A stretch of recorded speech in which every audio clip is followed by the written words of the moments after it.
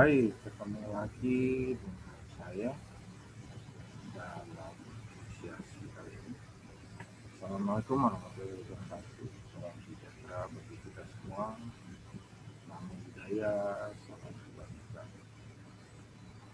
Tidak lupa, salam sehat buat seluruh mahasiswa, terutama mahasiswa yang sedang mempelajari SIM atau Sistem Informasi. Saya sebelumnya ingin mengucapkan minal aidin wal faizin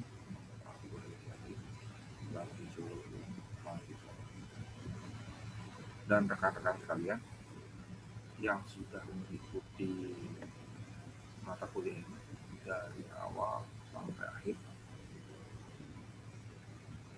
Mungkin ada perkataan atau perilaku saya yang kurang baik dan kurang berkenan di hati. Mohon dimaafkan. Mungkin pada saat perkuliahan atau mungkin ada keterbatasan pada saat saya mengajar secara online atau virtual. Harapannya adalah mahasiswa masih dapat menerima ilmu yang disampaikan selama ini, terutama untuk sistem informasi. Dan juga saya tidak lupa mengucapkan tetap mengingatkan rekan-rekan untuk dapat mengikuti diskusi yang telah disediakan dan menjawab tugas-tugas yang telah diberikan. Kita sudah masuk di minggu ke-8 yang berarti adalah minggu terakhir dari inisiasi dan tutorial online. Semoga rekan-rekan dalam keadaan sehat dan mentaati protokol kesehatan, memakai masker, mencuci tangan, dan menjauhi kerumunan agar tentunya pandemi ini bisa cepat-cepat berakhir di Indonesia. Baiklah, saya tidak akan memperpanjang lagi ceritanya. Pada minggu ini kita akan membahas tentang e-commerce dan e-business. Dari mata kuliah ini, kita akan mencoba membahas tentang apa itu e-commerce, apa itu e-business. Baik, mungkin saya akan coba langsung saja pada apa yang disebut dengan e-commerce, apa yang disebut dengan e-business. Walaupun waktunya tentunya tidak panjang, tapi saya harapkan ini bisa diterima secara baik di tempat rekan-rekan sekalian. Baik, saya akan mulai membagikan di layar rekan-rekan sekalian. Sekalian sudah ada materinya. Kembali lagi ke e-commerce. Baik, pada masa sekarang atau masa digitalisasi ini, terutama pada masa pandemi ini, tentunya masalah pembelajaran, masalah ekonomi, masalah berbagai masalah pekerjaan ataupun apapun, kita tidak dapat bertemu secara langsung dengan klien kita. Bahkan saya mengajar tidak bisa bertemu langsung dengan mahasiswa saya. Kemudian banyak usaha dan bisnis sudah dilakukan secara online. Nah, salah satu bisnis yang dilakukan secara online adalah yang disebut dengan e-commerce. Apa e-commerce? Anda sudah tahu beberapa platform e-commerce yang ada di Indonesia, ya. Intinya adalah e-commerce adalah sebuah pasar yang diciptakan untuk secara virtual, untuk orang bisa bertransaksi di situ, jual beli di situ. Nah, jenis-jenisnya tentu berbeda-beda, ya, berbeda-beda. Ada yang, ya, kalau di buku atau di Anda punya teori, disebutnya ada yang cuma satu orang, customer to customer, dia berbisnis customer to customer, dia hanya satu. Jadi sifatnya tidak banyak, tapi ada yang sifatnya berbeda lagi, di mana sifatnya itu agregat. Agregat itu dia mengumpulkan. Nah, yang mengumpulkan ini Anda bisa ambil contoh beberapa platform, misalkan Pak, ada Shopee, oke. Ada Tokopedia, oke. Ada apa lagi? Lazada, oke. Nah, dia mereka ini tentu saja dia aggregation. Aggregation itu artinya kumpulkan semua pelapak, Bukalapak termasuk ya, mengumpulkan semua pelapak untuk akhirnya membuat sebuah pasar virtual sendiri, ya. Dan orang boleh bertransaksi di situ. Nah, ya. Selanjutnya dia berkolaborasi. Nah, ini sih disebut dengan value change atau yang disebut dengan dia berkolaborasi dengan pihak lain, misalkan supply chain management. Nah, baik, saya akan coba masuk ke supply chain. Modelnya seperti ini.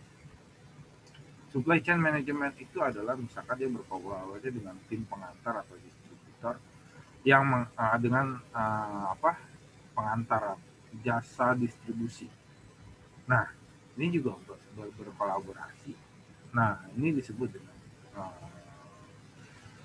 dia melakukan kerjasama, ya, beberapa ya, antara pelapak, antara e-commerce-nya, ya, seperti itu. Rahasianya gitu. Kemudian selanjutnya ada juga yang disebut dengan beraliansi atau berkontributor dengan sistem yang lain. Misalkan distributor dengan retailer yang ada di online system, ya. Nah, ini polanya sama, tapi intinya kita sekarang sudah masuk ke dunia itu, ya. Seperti yang Anda lihat sekarang, Anda bisa berbelanja di media-media e-commerce, baik itu produk lokal atau produk luar negeri. Nah, bentuknya juga berbeda-beda. Ada yang Anda masuk ke dunia yang disebut dengan retail tadi. Ada yang Anda masuk ke websitenya supaya Anda bisa tahu produknya secara khusus hanya untuk produk dia tersebut. Jadi bermacam-macam. Nah, kemudian di situ juga ada employment, ketenagakerjaan yang ada di dalam situ. Nah, faktor-faktor ini, ya, yang ada di sini semua disebut dengan faktor bisnis dari, kalau saya gabung semua ini bisa menjadi e-bisnis, karena e-bisnis itu lebih luas daripada ya, bisnis platform, ya, lebih luas dari nah, kalau e-bisnis seperti apa? E-bisnis itu seperti ini, saya di atas naik, ya. Ini salah satu bentuk e-bisnis karena dia lebih luas, seperti perbankan melakukan sebuah transaksi, ya, e-money melakukan sebuah transaksi atau apa. Tapi jangan salah mengerti dengan istilah transfer dana. Transfer dana itu bukan pembayaran, tapi pemberian uang atau persetujuan Anda. Jadi sering sekali orang mengatakan pada saya, Pak, bagaimana dengan penipuan-penipuan yang suka ada di e-bisnis, di e-commerce. Maaf, saya bilang kalau Anda mentransfer tanpa ada billing, ada perjanjian, ada segala macam. Kalau Anda membeli sesuatu, ingat Anda ada invoice-nya. Kemudian Anda mentransfer itu lewat perbankan dengan model transaksi pembelian, bukan hanya transfer langsung. Kalau transfer itu intinya memberikan uang tanpa perjanjian sebetulnya. Ya, contohnya sebelumnya seorang tua memberikan transfer anaknya karena kebutuhan kosnya atau kebutuhan perkuliahannya pada saat itu tidak perlu, ya, tidak perlu disebut sebuah transaksi, ya, transaksinya transaksi bisnis gitu, ya, karena itu pemberian uang. Makanya sering kalau disebut itu sering tidak bisa tepat. Nah, hati-hati dengan itu. Nah, jadi kalau Anda melakukan sebuah transaksi, ada invoice-nya, ada billing-nya, ada. Ya, itu yang diberikan oleh berbagai, kalau Anda belanja pada online shopping, ya, atau e-commerce tadi. Nah, bagaimana perbankan disebut dengan e-bank, e-business gitu, ya, karena dia punya fasilitas-fasilitas sebagai sarana keuangan, ya, baik itu transfer, baik itu virtual banking, bahkan dia bisa menyajikan transfer dengan menggunakan barcode ya, QR code. Nah, kalau Anda lihat di sini, ini adalah model-model transaksi, berbagai model transaksi ya, untuk faktor-faktor tersebut. Nah, itulah yang disebut dengan e-business, yang Anda kenal dengan e-business. Jadi, faktor-faktor tersebut, transaksi-transaksi tersebut di-cover oleh yang disebut dengan e-business tadi. Ya. Nah, sebelumnya kita harus bicara tentang bisnis. Bisnis dahulu seperti ini. Bisnis itu punya aspek, ya, ada orangnya, ada produknya, ada event, ada location, ada goal, ada services. Nah, di e-commerce yang disebut dengan location Anda ada di sini. Perubahannya ada di sini. Anda nggak perlu ke lokasi, ada di sini. Tapi semuanya masih jelas ada. Personnya yang melayani Anda ada. Tapi memang Anda menghadapi yang namanya perangkat. Ya, Anda menghadapi yang namanya perangkat keras seperti ini, enggak person to person. Ya, masih ada operatornya, masih ada yang menjawab pertanyaan-pertanyaan personnya ada. Produknya Anda bisa lihat produknya di masing-masing Anda punya e-commerce. Ya, misalkan Anda masuk ke salah satu e-commerce. Saya punya ada beberapa e-commerce dan di situ saya sering memesan barang atau membeli barang atau apa dengan berbagai model transaksi dalam situ. Ya. Kemudian di dalam sistem tersebut ada event. Contohnya Ramadan kemarin banyak sekali event-event yang diadakan oleh berbagai media. Ya, salah satunya adalah di e-commerce tadi. Ya, eventnya event apa?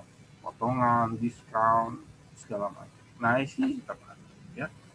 Kemudian ada goalnya. Goalnya apa? Marketingnya. Ya, banyak sekarang analisa bisnis sudah menganalisa tentang e-commerce, menganalisa tentang e-bisnis. Bagaimana transaksinya terjadi, ya. Nah, ini salah satunya itu, ya. Kemudian bagaimana servicesnya juga.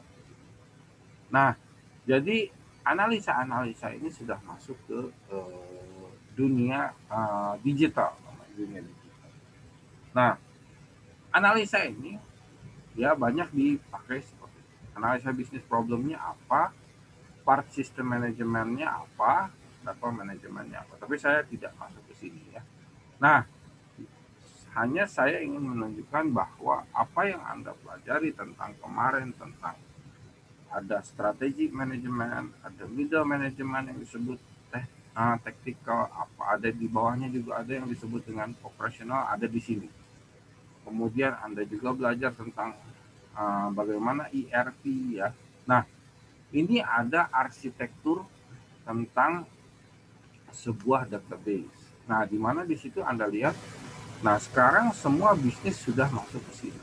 Ya, ada arsitekturnya, arsitektur ERP-nya. Nah, di sini ada di bawah sini justru masuk ke dalam, bisa lihat di sini di bawah sini, di paling bawah sini adalah model transaksi yang saya sering jelaskan di diskusi-diskusi ya tentang transaksinya ada hardware, software, dan communication ini langsung ke user. Jadi ketika Anda pakai e-commerce, Anda ketemu siapa? Anda ketemu penjual, Anda ketemu operatornya, Anda ketemu dia pakai apa? Pakai software, pakai hardware-nya apa ini? Pakai software-nya apa? Ada jelas software-nya. Nah, kemudian data arsitekturnya seperti apa? Nah, Anda bisa lihat bahwa ada data arsitektur di situ. Anda beli apa? Anda melakukan proses apa di situ, ya?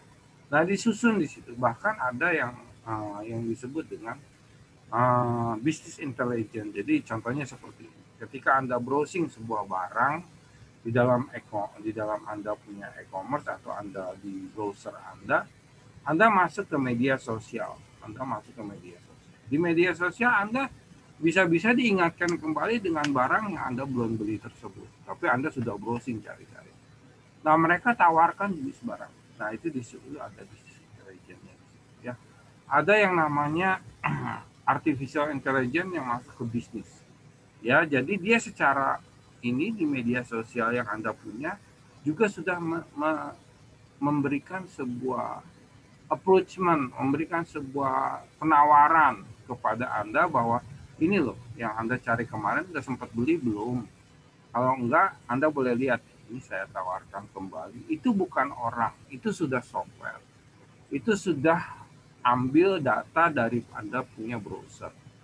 Jadinya browser yang Anda pakai sekarang secara pribadi, kalau akunnya Anda daftarkan, itu sudah memberikan hal itu.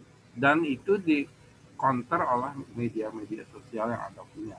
Saya bisa sebutkan ketika Anda browsing di Facebook, mungkin ada iklan-iklan yang sama. Anda melakukan pencarian di Instagram, Anda sudah mendapatkan. Karena mereka sudah integrated. Nah, di situ disebut dengan database integrated system. Ya, dari bentuk apa tadi disebutkan, dari bentuk image-nya saja yang diberikan nama saja sudah bisa seperti itu. Nah, jadi itulah yang Anda masukkan ke situ. Kemudian ada information system architecture. Jadi ketika Anda melakukan transaksi, pakai apa? Pakai sistem informasi apa yang kemarin kita pelajari? Pakai sistem informasi apa? Ya, yang bisa menghubungkan langsung kepada pihak pedagang atau mungkin pihak distributornya. Oke, nah itu kemudian sampai ke atas itu tahapan strategi ketika seseorang manajer membutuhkan sebuah laporan. Laporan apa? Laporan penjualan, laporan ini. Nah, semua ada di situ dan nah, baik. Kira-kira dari pertemuan singkat ini saya membicarakan tentang e-commerce, kemudian ada e-business, dan tadi ada personnya, ada orangnya. Zaman saya dulu disebutnya electronic data processing. Nah, itu orangnya yang mempelajari tentang sistem database dan proses database. Baik, sampai sini saja dulu inisiasi terakhir ini. Saya berharap Anda mendapatkan penilaian yang baik dari selama ini kita mempelajari mata kuliah. Baik, sampai sini saja dulu. Terima kasih sudah mengikuti inisiasi-inisiasi yang diberikan, mulai dari inisiasi pertama sampai ke 8. Baik, sampai sini saja dulu perkuliahannya. Ketemu lagi dengan saya di mata kuliah yang lain. Tetap sehat, tetap semangat, tetap belajar, ya, berusaha survive di masa-masa pandemi ini. Salam sehat. Terima kasih.